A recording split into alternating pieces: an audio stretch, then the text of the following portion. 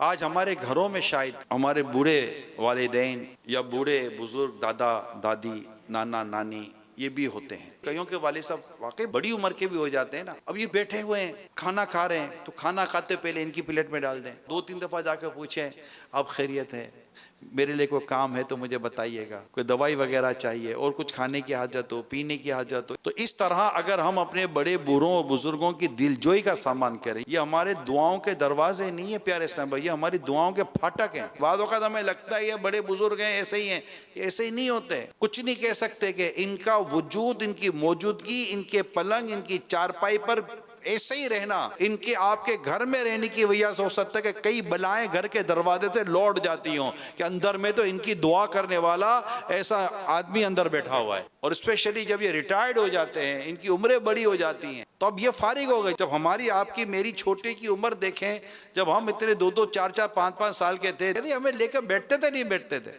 घंटों हमें देते थे, ये हमारी बातें सुनते थे। अच्छा, हमारी बात इनकी समझ में आया ना, सुनते ही थे। हम अगर बदसलूकी करें तो अल्लाह ना करे ऐसा ना हो कि कल हमारी औलाद हमारे साथ बदसलूकी करेगी। कई के दिन गुजर जाते हैं, बेटा माँ बाप के पास मिलने नहीं जाता। माँ बाप फोन करते हैं, बेटा कहाँ है? बस क्या बताऊं, बहुत बिजी हूँ, शाम थक जाता हूँ, घर पहुँचना होता है, फिर बस क्या करूँ। हाँ, आपके वाली साहब तो घर में बैठकर आपको पाल पोस के बड़ा करते रहे ना। वो नहीं आते थे आपके पास, वो नौकरियां नहीं करते थे, वो काम काज नहीं करते थे, वो आपसे मिलते नहीं थे, वो आपके लिए अपने सुख चैन आराम को छोड़ते नहीं थे। आज आप माँ बाप को ये कहते हैं, तरसते हो, कमरे में बैठे खांसते हैं, बेटा पूछने नहीं जाता। माँ बीमार होती है, बेटा डॉक्टर को दिखाने नहीं जाता। कमाल की बात है ना, कभी माँ कहती है बेटा कभी मुंह तो दिखा दे, और जब मुंह भी दिखाएंगे तो ऐसा तरबूज की तरह बुलाओगे, सारे जहां का गम लेकर ये माँ बाप के पास आया।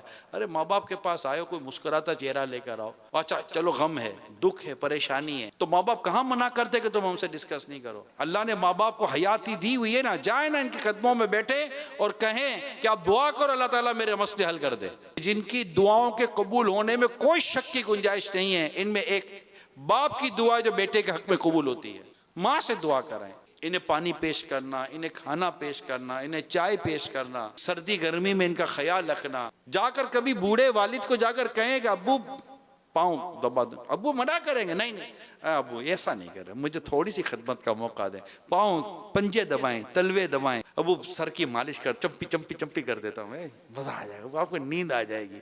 कंधे दबा दो, थोड़े थोड़े कंधे दबा दूं आपके, नहीं नहीं बेटा अब्बू थोड़ा थोड़ा। आप बताओ, अगर कोई औलाद अपने वालिद के साथ ऐसा करती है, कोई बेटी अपनी माँ के साथ ऐसा करती है, आप सही बताएं यार, ये बेटा कहाँ के कहाँ निकल जाएगा। एक बार बाप के कदमों में बैठकर पांव दबाना आपको कितनी बुलंदियां पहुंचा देगा, आपको इसका अंदाजा है। हमारे बड़े बुजुर्ग तो केला कितना शौक से खाते हैं, दांत भी कमजोर हो जाते हैं, केले खाते हैं। 4 केले लेकर 6 केले लेकर घर पर गए, 2 केले तोड़कर अब्बू के पास चले गए, अब्बू आज तो केला मैं आपको अपने हाथ से खिलाऊंगा, अम्मी आज केला आपको मेरे हाथ से खाना पड़ेगा। नहीं बिल्कुल नहीं बेटा, नहीं अम्मी खाना तो पड़ेगा, केला मैं ले आया हूँ आपके लिए। इसी तरह बेटी माँ की तरफ या बहू अपनी सास की तरफ, यानी ये सब आप अपने फ्यूचर को भी एक तो अल्लाह की रिजा के लिए करना है, सवाब के लिए करना है, अल्लाह मुझसे राजी हो जाए और मुझे बगैर हिसाब के जन्नत दे दे। हाँ बताएं यार, ये घर कैसा खूबसूरत घर है जिसमें बूढ़े माँ बाप की इज्जत की जाती है, और वो कितना महरूम है वो घर जिसमें बूढ़े माँ बाप की कोई इज्जत ना हो।